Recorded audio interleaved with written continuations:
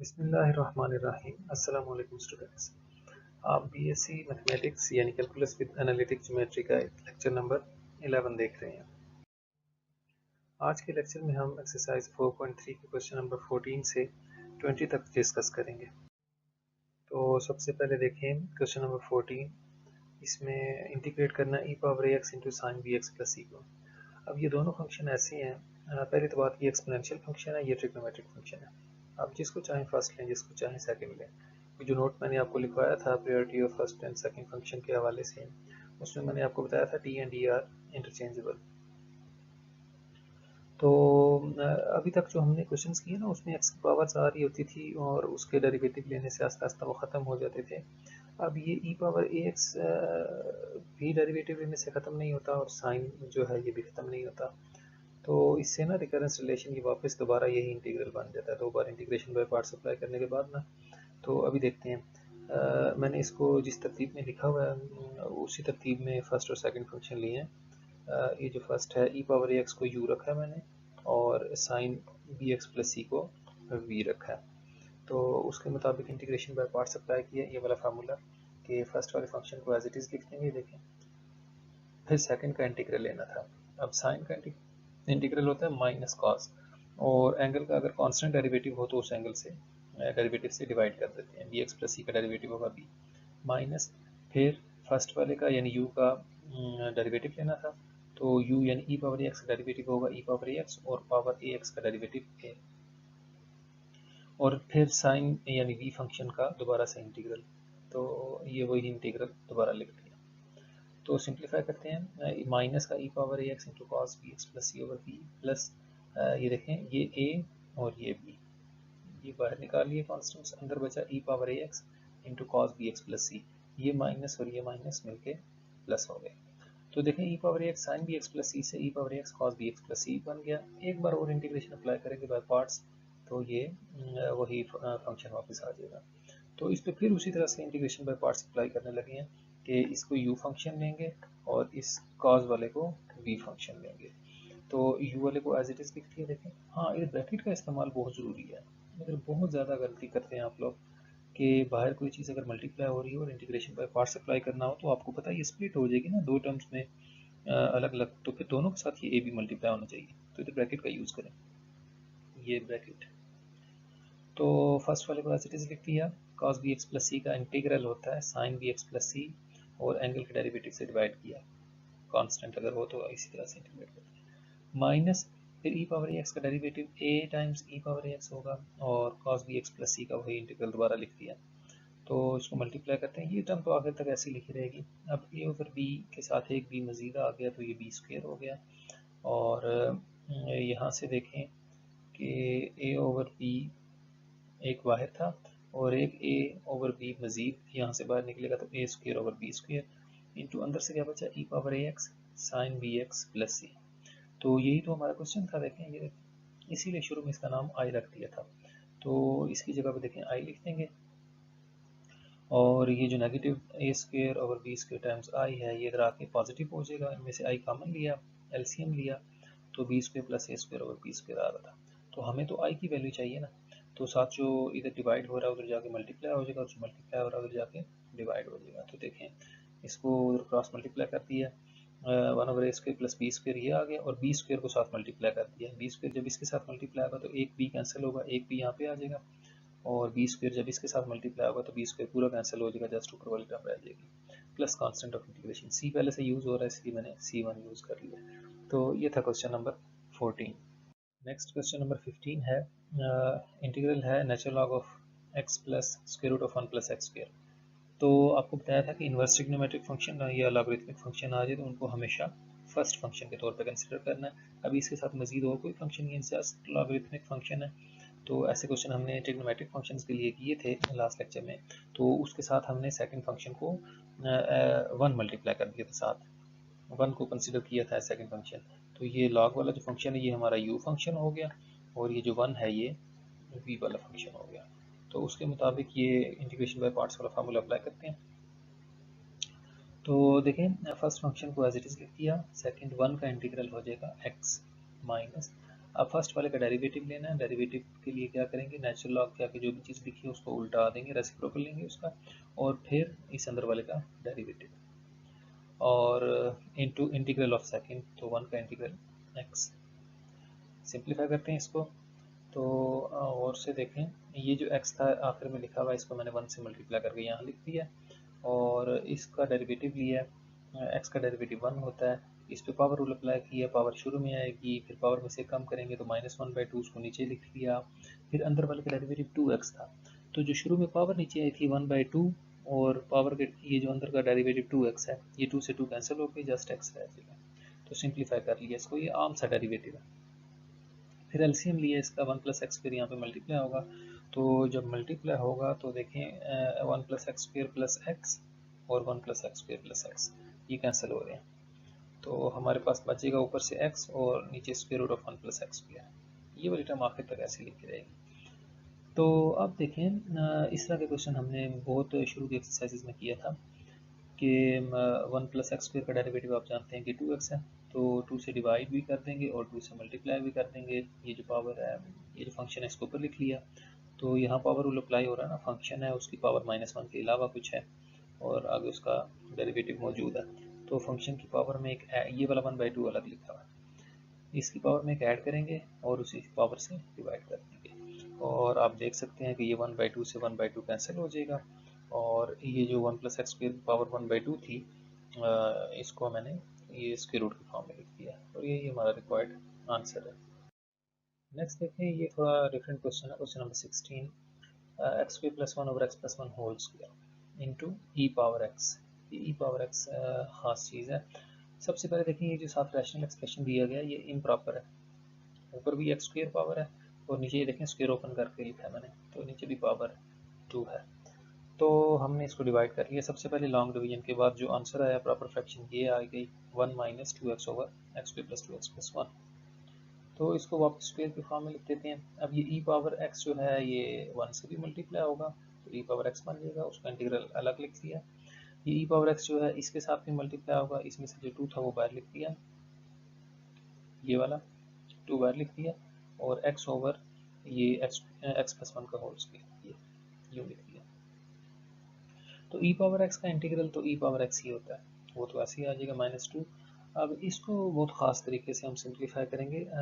Last lecture में हमने कुछ प्रॉब्लम्स किए थे कि e पावर x के साथ बाज़ दफ़ा यूँ होता है कि दो फंक्शंस ऐड हो रहे होते हैं जिनमें से एक दूसरे का डेरिवेटिव होता है, उनमें से किसी एक पे हम इंटीग्रेशन बाय पार्ट्स अप्लाई करते हैं तो दूसरा कैंसिल हो जाता है।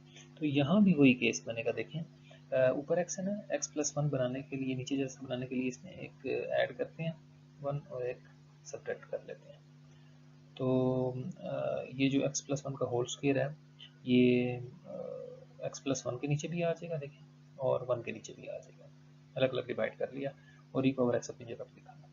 अब ये तो एक पावर कैंसिल हो जाएगी इसकी, देखें ये स्क्वायर है ना, एक x + 1 कैंसिल हो जाएगा, और हमारे पास 1/x + 1 रह जाएगा, और यहाँ से -1/x + 1 का होल स्क्वायर। तो ये बात मैं आपको बता रहा था अगर आपने अच्छी प्रैक्टिस की हुई एक्सरसाइज 2.2 की, तो आपको पता होगा 1/x का डेरिवेटिव होता है -1/x²। तो सेम तरीके से 1/x + 1 का डेरिवेटिव -1/x + 1 होल स्क्वायर होगा। तो वही चीज़ बन गई जो पिछले लेक्चर में हमने क्वेश्चन किए थे कि एक फंक्शन है और साथ उसका डेरिवेटिव है। ये e पावर x दोनों के साथ मल्टीप्लाई होगा, ये देखें 1 + x वाले के साथ भी और 1/x + 1 होल स्क्वायर वाले के साथ। अब इनमें से किसी एक के साथ ना हम किसी एक, ये देखें यहाँ पे 1/x + 1 के साथ भी और 1/x + 1 के होल स्क्वायर के साथ भी, बाहर जो 2 था वो अंदर मल्टीप्लाई हुआ तो माइनस माइनस ये प्लस हो गया। अब इनमें से किसी एक पे हमने इंटीग्रेशन बाय पार्ट्स अप्लाई करनी है, तो मैंने फर्स्ट वाले पे अप्लाई की हुई है। तो अगर फर्स्ट वाले पे अप्लाई करेंगे तो आपको इसको फर्स्ट फंक्शन लेना पड़ेगा 1/x + 1 को, क्योंकि इसका डेरिवेटिव यहाँ मौजूद है जो कैंसिल होगा। अगर इस पे अप्लाई करते हैं, सेकंड वाले पे अप्लाई करते हैं, तो फिर इसको सेकंड फंक्शन लें, e पावर x को फर्स्ट फंक्शन लेंगे तब ये कैंसिल होगा। तो देखें ये u ले लिया मैंने, और ये जो e पावर x है इसको v ले लिया, और इन पे इंटीग्रेशन बाय पार्ट्स अप्लाई किया। फर्स्ट वाला फंक्शन ऐसे लिख दिया, सेकंड वाले का इंटीग्रल, अब e पावर x का इंटीग्रल e पावर x ही होता है। फिर फर्स्ट वाले का पहले इंटीग्रल लिखते हैं, फिर फर्स्ट वाले का डेरिवेटिव देखिए -1/x², और ई पावर एक्स का इंटीग्रल ई पावर एक्स, और इसको नहीं फिर छेड़ा, किसी एक पे इन दोनों में से बाय पार्ट्स अप्लाई करने थे। इसका डेरिवेटिव ये है, लिहाजा इसको फर्स्ट फंक्शन लिया। इसका इंटीग्रल ये है, तो अगर इस पर बाय पार्ट्स अप्लाई करते तो इसको सेकंड फंक्शन लेता, ई पावर एक्स को फर्स्ट लेता। तो इन बातों पर गौर किया करें। तो -2 को अंदर मल्टीप्लाई करेंगे, -2 ओवर एक्स प्लस 1 इंटू ई पावर एक्स, माइनस माइनस यहाँ प्लस आएगा। अच्छा, एक माइनस ये भी है, तो 1 2 3 माइनस थे, लिहाजा माइनस का 2 आया। Integral of 1 over x plus 1 whole square into E power x d x plus 2 times 1 over x plus 1 whole square into E power x. तो देखें, यही बात मैं कर रहा था, ये और ये कैंसिल हो गए, और बाकी जो बच गया वो हमारा आंसर है। अब क्वेश्चन नंबर 17 देखें, उसमें दिया हुआ है cause of natural log of x. तो फिर नेचुरल लॉग वाला फंक्शन आ गया, लेकिन कॉज के एंगल में है, तो फिर भी हम वही टेक्निक अप्लाई कर रहे हैं कि इसके साथ सेकंड फंक्शन जो है हम वो 1 ले लेंगे। ये जो cause of natural log of x है इसको हम u ले लेंगे, और ये जो है इसको v ले लेंगे, और इसके मुताबिक ये वाला फार्मूला अप्लाई करेंगे। फर्स्ट फंक्शन को देखें वैसे लिख दिया, और सेकंड का इंटीग्रल लेना था, 1 का इंटीग्रल x होता है। फिर इसका डेरिवेटिव लेंगे, कॉस का डेरिवेटिव माइनस साइन, और एंगल जो है नेचुरल लॉग ऑफ एक्स उसका डेरिवेटिव 1/x, और 1 का इंटीग्रल x। तो यहाँ पे x से x कैंसिल हो जाएगा, और हमारे पास ये माइनस माइनस भी प्लस हो गया, sine of natural log of x बच गया, इसका इंटीग्रल। तो इस पर एक दफ़ा फिर इंटीग्रेशन बाय पार्ट्स अप्लाई करेंगे, तो उसके लिए फिर वही टेक्निक अप्लाई करेंगे कि इसको u ले लेते हैं, और ये जो 1 है इसको v ले लेते हैं, दोबारा वही फंक्शन आ जाएगा ना। तो ऐसा करते हैं कि ये cos x, तो इस पर जब इंटीग्रेशन बाय पार्ट्स अप्लाई करेंगे तो sine of natural log of X as it is आ गया, 1 का इंटीग्रल x लिख दिया, माइनस फिर फर्स्ट वाले का डेरिवेटिव, तो वो cos x, cos of natural log of x, और एंगल का डेरिवेटिव 1/x, और 1 का इंटीग्रल आ जाएगा x। तो बस उसी सेम तरीके से आपने इसको सिंप्लीफाई कर लेना है। यहाँ मैंने सॉल्व किया हुआ थोड़ा सा, माइनस ये देखें, x से x फिर कैंसिल हो जाएगा, x से x कैंसिल हो जाएगा, और हमारे पास इंटीग्रल में अंदर cos of natural log of x बचेगा। तो ये आपको पता है, ये जो integral of cos of natural log of x था, ये हमारा गिवन इंटीग्रल i था, तो उसकी जगह i लिख दिया। ये i लेफ्ट पे जाके ऐड हो जाएगा, 2i बनेगा, और 2 से डिवाइड कर देंगे, वही हमारा आंसर होगा। और लास्ट में देखें, ये कुछ प्रॉब्लम्स हैं। क्वेश्चन नंबर 18 है कि i is equal to integral of square root of x into E power minus square root of x dx। यहाँ फिर वही बात कि आपको पता होना चाहिए किस चीज़ का क्या डेरिवेटिव है। तो स्क्वायर रूट ऑफ x को पुट कर दिया y के इक्वल, तो यहाँ से x की वैल्यू आ जाएगी वाई स्क्वायर, तो dx हमारा बन जाएगा 2y dy। तो देखें, ये स्क्वायर रूट ऑफ x की जगह y, फिर ये जो पावर में e की पावर में स्क्वायर रूट ऑफ x का, इसकी जगह भी y लिख दिया, और डिफरेंशियल जो है वो 2y dy के इक्वल है। तो 2 कांस्टेंट था, बाहर निकाला, ये वाला y और ये वाला y मल्टीप्लाई होकर वाई स्क्वायर बन गया इंटू ई पावर माइनस वाई। बस इस पर 2 दफ़ा इंटीग्रेशन बाय पार्ट्स अप्लाई कर दें, इसको u रखें, इसको v रखें, और आपको पता होना चाहिए वाई स्क्वायर का, वाई स्क्वायर को पहले ऐसे लिखते हैं, ई पावर माइनस वाई का इंटीग्रल क्या होता है ये आपको पता होना चाहिए। ई पावर माइनस वाई का इंटीग्रल होगा ई पावर माइनस वाई, और फिर पावर के डेरिवेटिव से डिवाइड करना था, कांस्टेंट है ना, तो -1 से डिवाइड करेंगे, जस्ट उसका साइन चेंज हो जाएगा। तो ई पावर माइनस वाई का इंटीग्रल होगा माइनस ई पावर माइनस वाई। तो इस तरह से, और फिर इंटीग्रल के अंदर आपको पता है कि इसका फर्स्ट का डेरिवेटिव लेते हैं और सेकंड का इंटीग्रल। तो एक दफ़ा अप्लाई करेंगे, देखें वाई की एक पावर कम हो गई है, इस पर एक बार फिर इंटीग्रेशन बाय पार्ट्स अप्लाई करेंगे। अब इसको y वाले को u ले लेंगे, और इसको v ले लेंगे, तो अब इस बार y ख़त्म हो जाएगा। ये देखें, यहाँ पे y का डेरिवेटिव 1 आएगा, जस्ट ई पावर माइनस वाई बचेगा, उसका फिर इंटीग्रल लेंगे तो माइनस टाइम्स ई पावर वाई। तो जब आपका इंटीग्रल सॉल्व हो जाए तो लास्ट में आपने y की ओरिजिनल वैल्यू यानी स्क्वायर रूट ऑफ x वापस पुट कर देना है। तो बिल्कुल इजी क्वेश्चन है, 19 इसी को देख के आपने कर लेना है, उस पर भी 2 दफ़ा इंटीग्रेशन बाय पार्ट्स अप्लाई करेंगे आप। और क्वेश्चन नंबर 20 में शुरू में बस थोड़ा सा आपने पुट करना है कि देखें, हमें दिया गया है कि x पावर 5 इंटू ई पावर एक्स क्यूब। अब अगर हम ई पावर एक्स क्यूब है ना, तो एक्स क्यूब को अगर हम पुट करते हैं तो उसका डेरिवेटिव तो 3x स्क्वायर होता है, हमें x पावर 5 दिया हुआ है, तो हम क्या करते हैं, एक्स पावर 5 में से एक्स स्क्वायर जो है वो बतौर डेरिवेटिव अलग कर लेते हैं और एक्स क्यूब को अलग कर लेते हैं। अब एक्स क्यूब को पुट करें, put X cube is equal to Y, तो डिफ्रेंशिएट करेंगे तो 3x square D X is equal to D Y. तो हमारे पास X square into D X है, तो X square into D X की वैल्यू आएगी 3 तो जाकर डिवाइड हो जाएगा डी वाई बाई 3। तो देखें एक्स क्यूब की जगह वाई आ गया, यहाँ भी ई पावर एक्स क्यूब था वो भी ई पावर वाई बन गया, और D x square into D x जो है वो डी वाई बाई 3 बन गया। डी वन बाई 3 कॉन्स्टेंट है, इसको बाहर लेंगे, निकाल लें, और ये जो बच के इन पे इंटीग्रेशन बाय पार्ट्स आपने अप्लाई करनी है। ये यू है और ये वी है, एक बार इंटीग्रेशन बाय पार्ट्स अप्लाई करेंगे तो जस्ट ई पावर वाई बचेगा, उसका इंटीग्रल ई पावर वाई होता है और क्वेश्चन खत्म हो जाएगा, और लास्ट में वाई की जगह आपने वापस एक्स क्यूब पुट कर देना है। तो यहाँ क्वेश्चन नंबर 20 तक आपने कंप्लीट कर लेना है अपना काम। यहाँ आज का लेक्चर खत्म हुआ।